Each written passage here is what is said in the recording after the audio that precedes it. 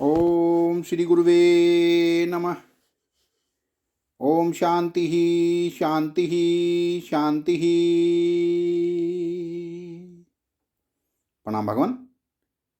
भगवान, अभी हमारा सत्संग मुंडक सुधा मुंडक उपनिषद प्रवचन श्री स्वामी अखंडानंद सरस्वती जी महाराज द्वारा विरचित और मुंडक उपनिषद प्रवचन से प्रथम मुंडक द्वितीय खंड प्रवचन 9 मंत्र 1 से 12 तक इसके अंदर है भगवान। और Swami ji episode number 1 start करते हैं। कैसे बताया स्वामी जी ने कि अपरा विद्या पराविद्या में कहाँ तक सहायक है। अपरा विद्या पराविद्या में कहाँ तक सहायक है, क्वेश्चन मार्क है। तो स्वामी जी बताते हैं कि जब शांति पाठ करते हैं उसका मतलब यह होता है कि जब हम श्रवण करने के लिए बैठें तो अपना हाथ पांव जीभ सिर ये सब हिलाएं नहीं, माने स्थूल शरीर को शांत करके बैठें। एक शांति का अर्थ तो यह है ओम शांति। दूसरी शांति का अर्थ है कि हम अपने मन को भी न हिलावें, और तीसरा अर्थ है कि भीतर से अपने आप क्या निकलता है इसका ख्याल छोड़ दें। वाह भगवान, यह ईश्वर अपने आप किसी को नहीं मिलता, इसके लिए प्रयत्न करना पड़ता है। जैसे धर्म अपने आप नहीं मिलता। अगर इस बात पर छोड़ दें कि शरीर से जो कर्म होता है उसको होने दो, हमको अपने आप धर्म कभी ना कभी नहीं होता, धर्म तो करना ही पड़ता है। इसी प्रकार तुम सोचो कि हमारे मन में दोस्त आता है, दुश्मन आता है, श्रीमती जी का ध्यान आता है या श्रीमान जी होता है, तो इससे ईश्वर मिल जाएगा? नहीं, आपके अपने आप होने वाले ध्यान से ईश्वर नहीं मिलता। ध्यान जो किया जाता है उससे ईश्वर मिलता है। कर्तव्य पूर्व के बिना अर्थात कर्तापने का अभिमान, कर्तत्व के बिना धर्म का भी फल नहीं होता और उपासना का भी फल नहीं होता। बोले हमारे तो अपने आप ही हो रहा है, यह अपने आप से काम नहीं बनता है, उसको करना पड़ता है। और अपने आप किसी को अविद्या निवृत्ति भी नहीं होती है। जो श्रवण मनन निधिध्यासन करता है उसी की अविद्या निवृत्त होती है। अपने आप दुनिया बनती है, लेकिन इसको बिगाड़ने के लिए काम करना पड़ता है। इससे छुटकारा पाने के लिए साधन करना पड़ता है। कहो कि हम अपने मन से साधन करेंगे, ऐसा सोचेंगे तो मन संसार में बंधेगा। अपने आप जो कर्म होगा वही करेंगे तो विकार आवेगा। मन में विकार अपने आप आता है और उसको रोक करके पवित्रता की भावना करनी पड़ती है। इसी से मनमुखी कर्म जो होता है वह धर्म नहीं होता, और मनमुखी उपासना भी नहीं होती। मनमुखी श्रवण मनन अपने आप पढ़ लिया और अपने आप सुन लिया, वह कुमार्ग में ले जाने वाला होता है। गुरुमुख का धर्म, गुरुमुख की उपासना, गुरुमुख का योग और गुरुमुख की ब्रह्म विद्या, यही सफल होती है। यही शास्त्र की मर्यादा है। स्वतंत्रता से किया हुआ यह सफल नहीं होता है, यह मर्यादा नहीं है। आपको पहले यह बात सुनाई थी कि वह कौन सी वस्तु है जिसके विज्ञान से सबका विज्ञान हो जाता है। तो उसके लिए बताया कि वेद तो 2 तरह का है, एक अपराविद्या और एक पराविद्या। तो अपराविद्या धर्म कर्म के काम में आती है, और पराविद्या वह है जिससे परमात्मा का ज्ञान हो, और अपराविद्या वह है जिससे धर्म कर्म होवे। तो अभी ये जो 9 मंत्र व्यतीत हुए ना, इसमें पराविद्या का विशेष अंद्रेश्यम आग्रह्य आदि का वर्णन किया, और उससे सृष्टि का विस्तार होता है। यह बताने का अर्थ हुआ कि नाम रूप मंत्रम न जायते तपसा चीयते ब्रह्म ततो उन अभिजायते। इसका अर्थ यह हुआ कि परमात्मा आदित्य है, सारी पृथ्वी के रूप में भी वही प्रकट होता है, वही विश्व के रूप में प्रकट है। अब यह प्रश्न हुआ कि वह जो अपराविद्या है, वह जो अविद्या की एक शाखा है, इसका क्या मतलब? तो अपने मन से हम जो कर्म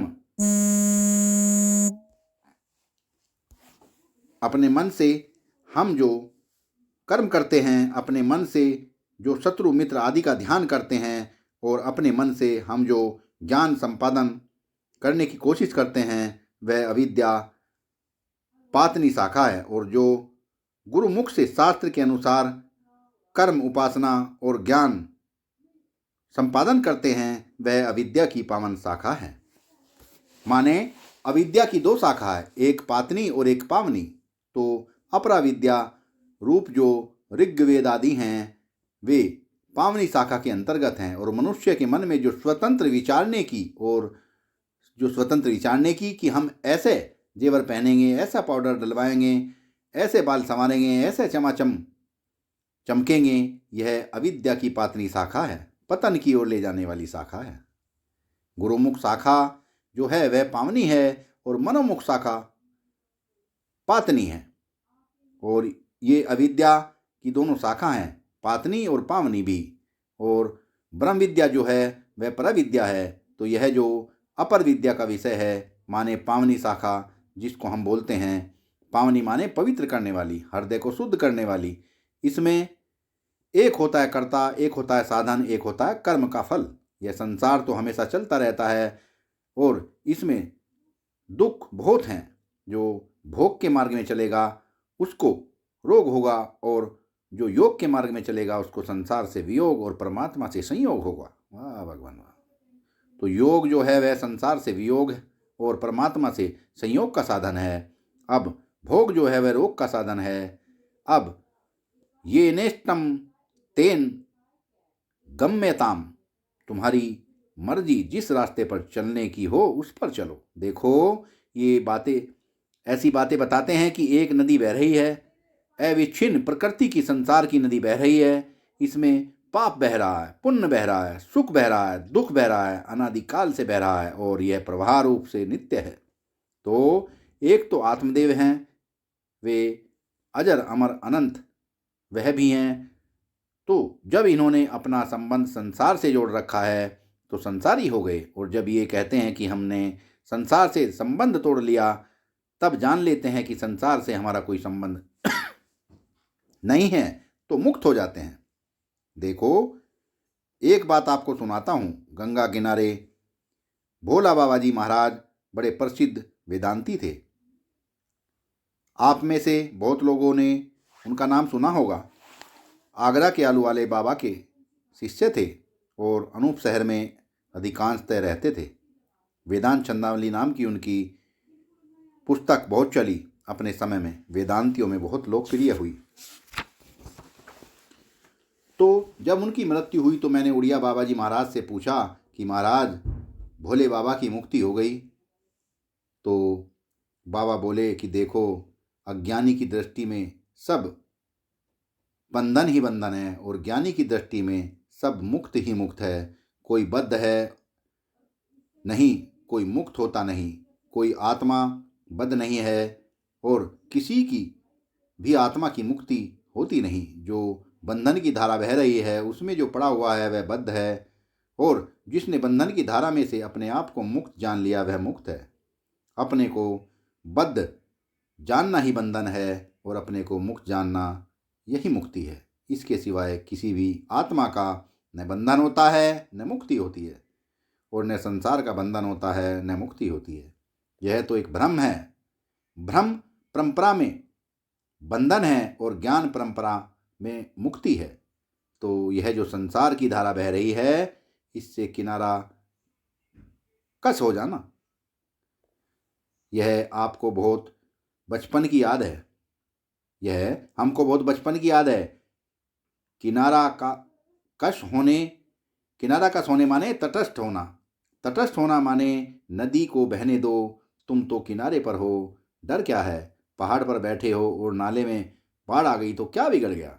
हम ब्रह्म स्वरूप में बैठे हैं। अगर संसार का कोटि कोटि प्रलय और सृष्टि हो जाए तो उससे हमारा क्या बिगड़ता है? क्या बिगड़ेगा हमारा? कुछ नहीं। वाह भगवान। तो यह जो आत्मा है यह अनादि अनंत अजर अमर अमृत अभय शुद्ध प्रसन्न अपने स्वरूप में स्थित परम आनंद अद्वय है, यह पराविद्या का विषय है। वाह भगवान वाह। पराविद्या से किसी का प्रतिपादन होता है, क्वेश्चन मार्क लगा दिया स्वामी जी ने।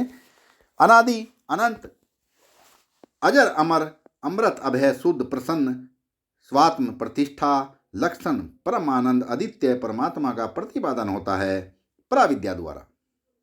तो पराविद्या के विषय में तो एक सूची सी पहले मुंडक में प्रथम खंड में दे दी। अब दूसरे में अपर विद्या का जो विषय है धर्म का, उसको थोड़ा संक्षेप में बताते हैं, जो कल के सत्संग में लेंगे। सत्संग को विराम देते हैं भगवान। प्रणाम भगवान।